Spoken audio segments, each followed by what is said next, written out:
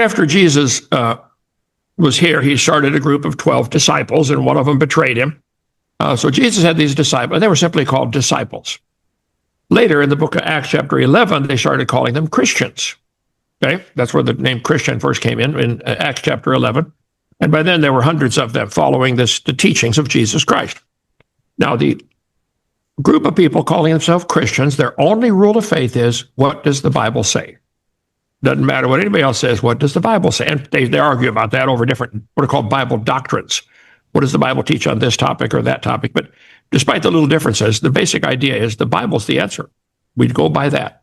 Then, about 300 years after Christ, there was a group down in Egypt called the Alexandrians, started by several different people, but Origen was one of the guys. And they kind of morphed over the years into what became the Catholic Church. So the Catholic Church started about 318 AD, 300 years after Christ, okay?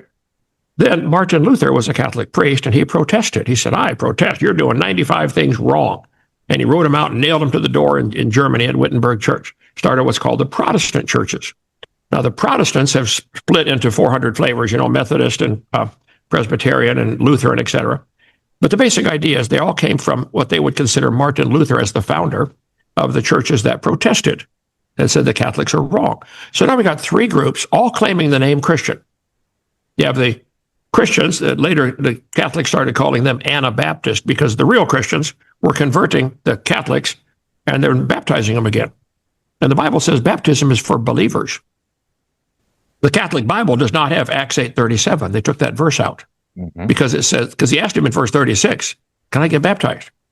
Well, the verse 37 says, if you believe, well, they want to baptize babies. So they took the verse out. That's an example of why. So I disagree with them on this issue of should babies be baptized? No, not baptism. It's getting wet is all it's doing. Okay, you can do that every day in a bathtub with them. So they called them Anabaptists. You're rebaptizing our people. They got mad at them, started persecuting them. Then they took the Anna off and just simply called them Baptists. But it's the same group of people, I think, the Jesus disciples, same philosophy, same teaching. The Bible is where we find the truth. Then over the last 200 years, we've had quite a few groups come out that most people would consider the cults. That would be the Foursquare, the Church of Christ, Jehovah's Witness, the Mormons. They have some really crazy doctrines way out there. That's really in the last 200 years. So now there's four groups, all claiming the name Christian. Who's right? Just what do they believe? Tell me what they believe, and I'll tell you if I think it's right or not. The Pope accepted evolution, creates a fervor. That was, 30 years ago? Right here. The people who believe this creation myth, which is unscientific and is not in the Bible. That's what the Pope said? Well, he's crazy. Tell him I said he's wrong, okay? People who believe this creation myth is unscientific and not in the Bible, despite what they say, haven't really studied theology and don't know that the Bible is not a scientific work. Throw this guy out, okay? I don't want him for a pastor or leading me anywhere. Don't lead me to Walmart, okay? Back in the, let's see, what was this, the 1200s, 900 years ago, they were selling indulgences. If you pay $2.25, you have a right to rob a church.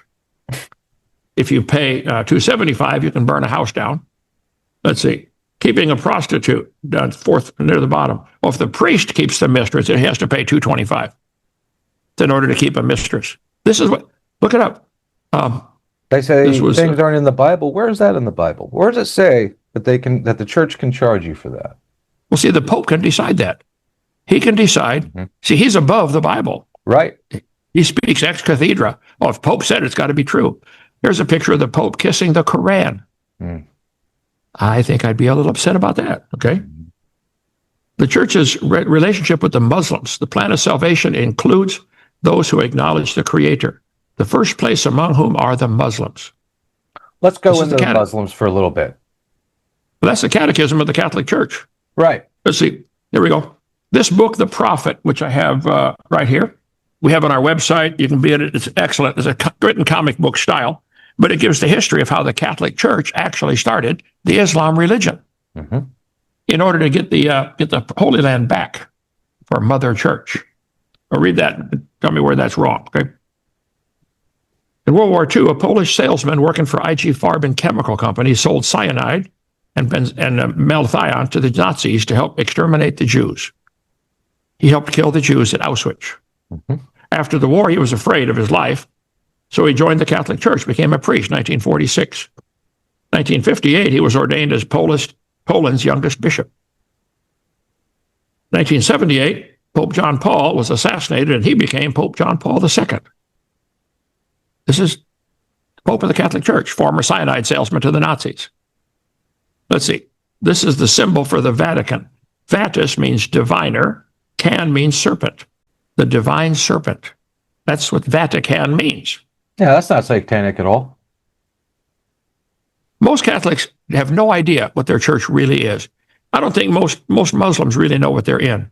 Mm-hmm. I don't think most of the people in the Masonic Lodge realize what they're in until they get to the top, and by then they've taken a vow, if I say anything, cut my tongue out, beat me on the head with a hammer or whatever.